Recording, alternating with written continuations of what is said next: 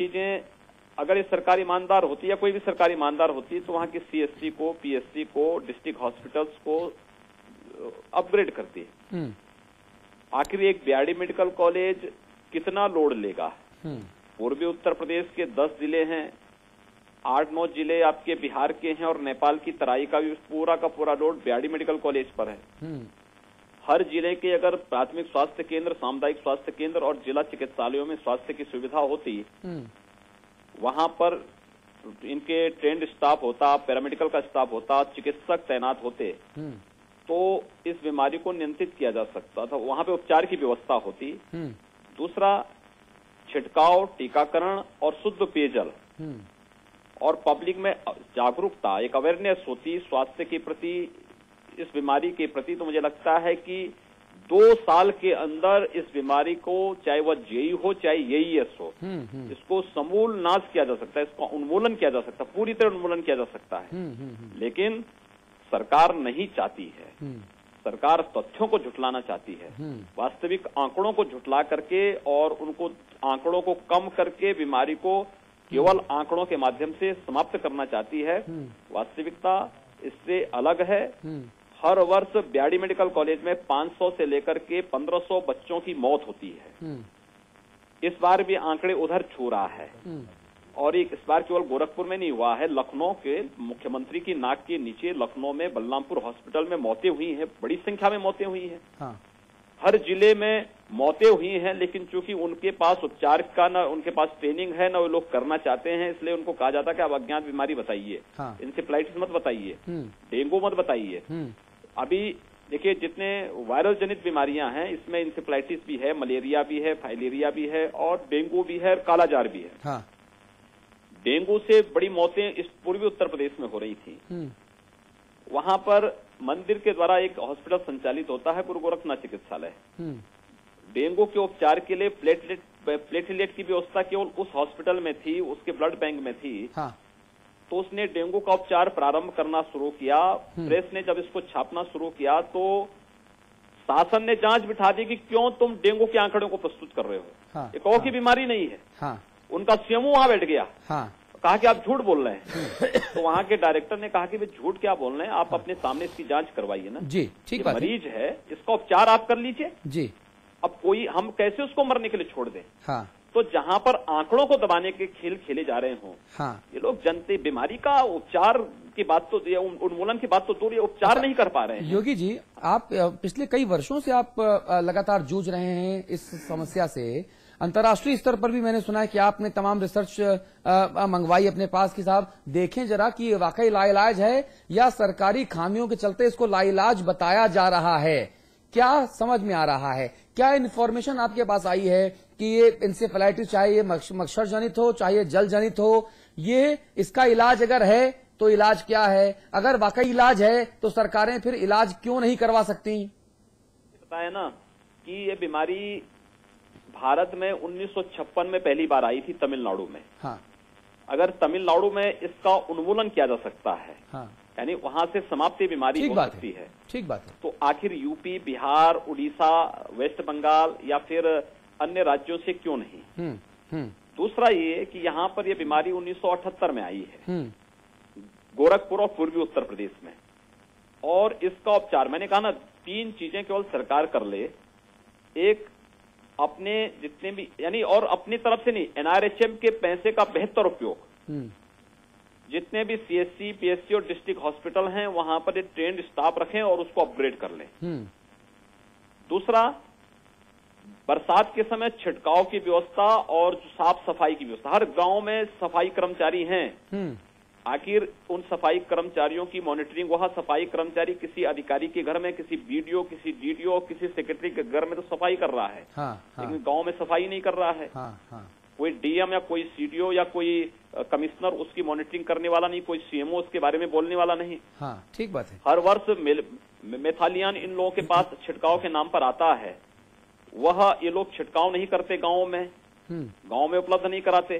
तो अगर हर गांव में प्रतिवर्ष बरसात के समय छिड़काव हो जाए और शुद्ध पेयजल की व्यवस्था उपलब्ध करवा दी जाए, भारत सरकार इसके लिए पर्याप्त पैसा ग्रामीण विकास मंत्रालय हर वर्ष देता है, लेकिन जब फुर्सत हो तब ना, इनको जब उन बच्चों के बारे में उन बच्चों के बारे में कुछ मानवीय संवेदना हो तब ना।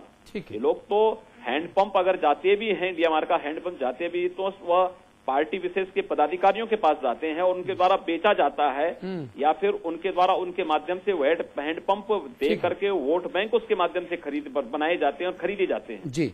तो कैसे समस्या का समाधान जी? जाहिर तौर पे बहुत गंभीर करना नहीं चाहते जी, ये लोग करना नहीं चाहते। बहुत गंभीर मुद्दे की तरफ योगी जी इशारा कर रहे हैं, बहुत अच्छे से योगी जी बता रहे हैं। बहुत धन्यवाद योगी आदित्यनाथ जी, समाचार प्लस पर अपना कीमती वक्त देने के लिए। योगी आदित्यनाथ जी पिछले 15-16 वर्षों से लगातार संघर्षरत हैं कि पूर्वांचल का जो इलाका है कैसे इसे इस जानलेवा बीमारी के प्रकोप से मुक्त कराया जाए, और बहुत मौजूद सवाल उठा रहे हैं। ये साफ तौर पे कह रहे हैं कि जब 1956 में सबसे पहले इस बीमारी ने तमिलनाडु में दस्तक दी, तमिलनाडु इस बीमारी से बच गया, उसने अपने आप को मुक्त करा लिया, तो फिर यूपी बिहार के लोग, गोविंद पंत राजू जी, हम लोग क्यों नहीं इससे अपने आप को बचा पा रहे? एक टिप्पणी मैं करूं, उसके बाद हम लोग गोविंद जी के पास जाएं, क्योंकि फिर लक्ष्मीकांत जी टिप्पणी करेंगे, तो उससे पहले ये बात रिकॉर्ड पर आनी चाहिए। हाँ। 34 वर्ष में कोई पार्टी जो उत्तर प्रदेश में सक्रिय है, सीपीआई और सीपीएम को छोड़ दीजिए, माले को, जो ऐसी नहीं बची जो सरकार में नहीं रह ली। सब रह लिए, अजीत सिंह भी रह लिए। लक्ष्मीकांत जी गलत तो नहीं कहा। कांग्रेस जो बार बार कहती कि हम तो 22 वर्ष से सत्ता में नहीं, वो भी इस लपेट में है। नारायण दत्त भी लपेट में है, श्रीपति मिश्रा भी है, वीर बहादुर भी है, कल्याण सिंह भी है, राजनाथ भी है, रामप्रकाश गुप्ता भी है, मुलायम सिंह भी है और मायावती भी है, भाई भैया भी है और बहन जी भी है। कोई बचा तो नहीं ना लक्ष्मीकांत जी? नहीं बचा। अब गोविंद जी बताएंगे जी।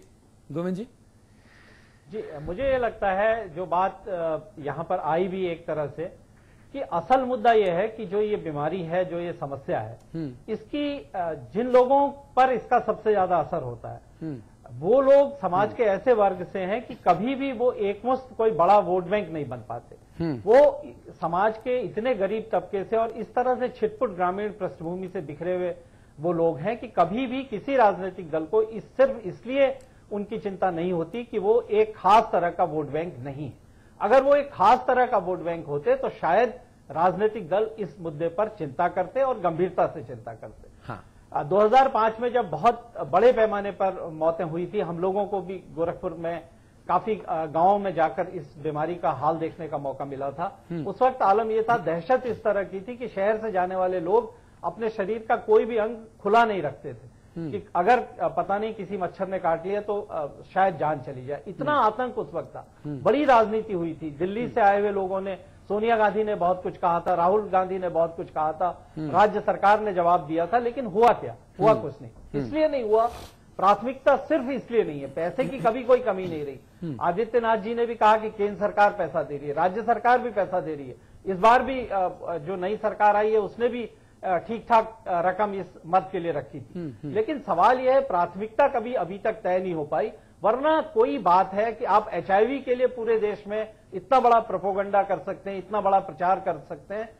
क्या बात है कि आज तक ये नहीं तय हो पाया कि ये बीमारी की असल वजह क्या है। हाँ। कभी कहा जाता है मच्छर जनित है, कभी कहा जाता है जल जनित है, ये कहा जाता है मच्छर के कटने से भी बचें और पीने को साफ पानी भी न मिले।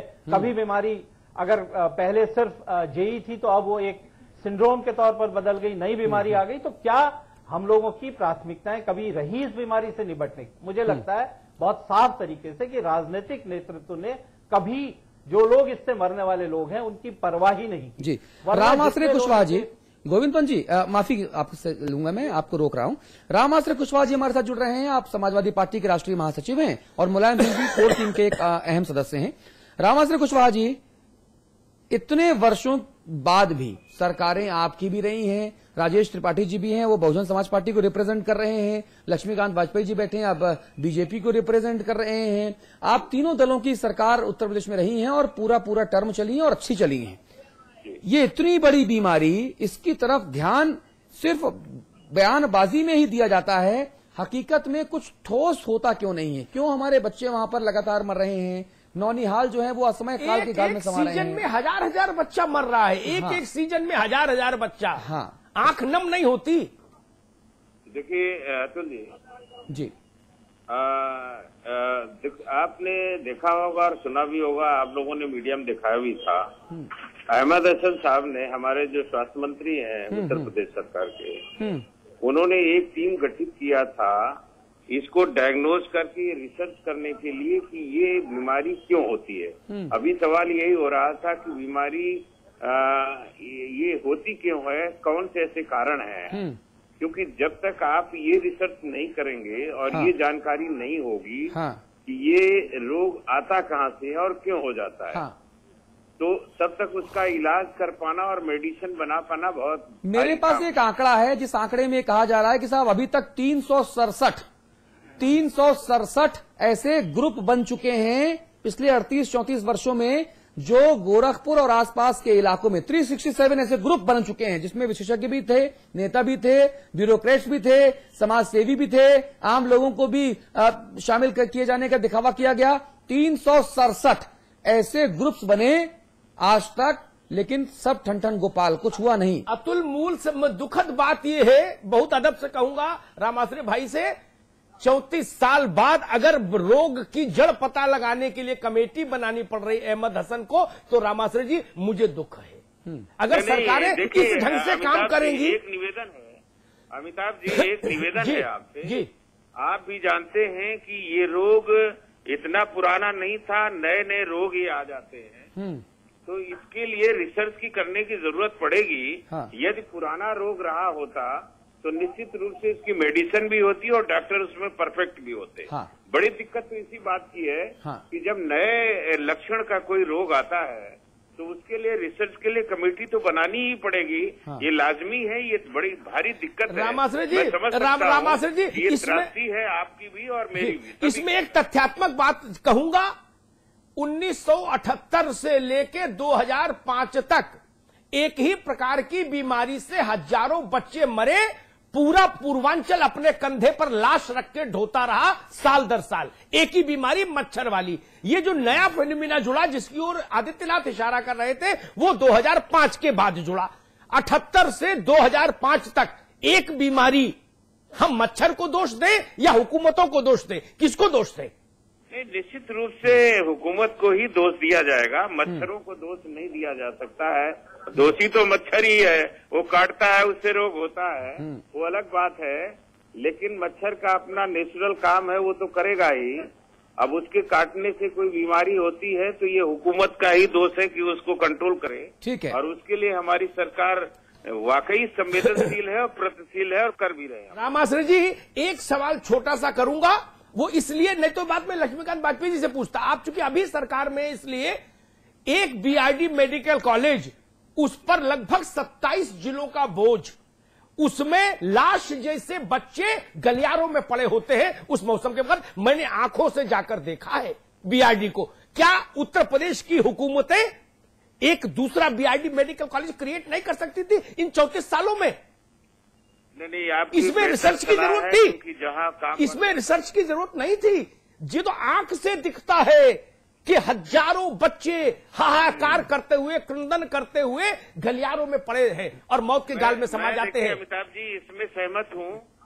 ये अलग से एक डीआईजी इसमें बना देना चाहिए जो इस रोग के लिए अलग से हो और इसका इलाज ठीक से करा सके, और उसकी अपनी टीम रहनी चाहिए, बिल्कुल सेपरेट बना हुजूर। 28 जिलों के लिए, और 28 जिले वो, लक्ष्मीकांत वाजपेयी मेरी बात से सहमत होंगे, उत्तर प्रदेश में सबसे ज्यादा जनसंख्या का घनत्व तो पूरब में है।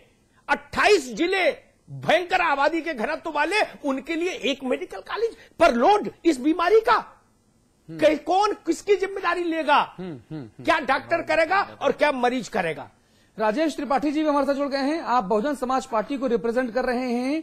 राजेश त्रिपाठी जी, सरकारें आपकी भी रही हैं, बहन कुमारी मायावती जी लगातार बोलती रही हैं कि प्रदेश में अगर एक भी बच्चा असमय काल के गाल में जाता है तो ये उनको व्यक्तिगत तौर पे बहुत दुखी करता है, लेकिन सिर्फ कह देने भर से कुछ नहीं होता ना।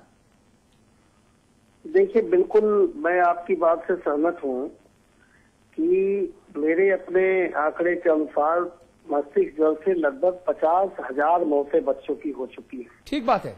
और हम लोग उसी जनपद के रहने वाले हैं। अपने गांव से लेके शहर तक इर्द गिर्द बच्चों को मरते अपनी आंखों से देखा है। और एक जर्नलिस्ट के रूप में जब हम लोग थे तो वो पीड़ा उजागर करते थे। सत्ता में आए तो हमें लगा कि शायद हम इन बच्चों के लिए कुछ कर पाएंगे, मगर आपके चैनल के माध्यम से स्वीकारने में हमें कोई हर्ज नहीं कि पूरी तरह से उपेक्षा हुई है। और हम चाहे राजनीतिक लोग अपने सरकारों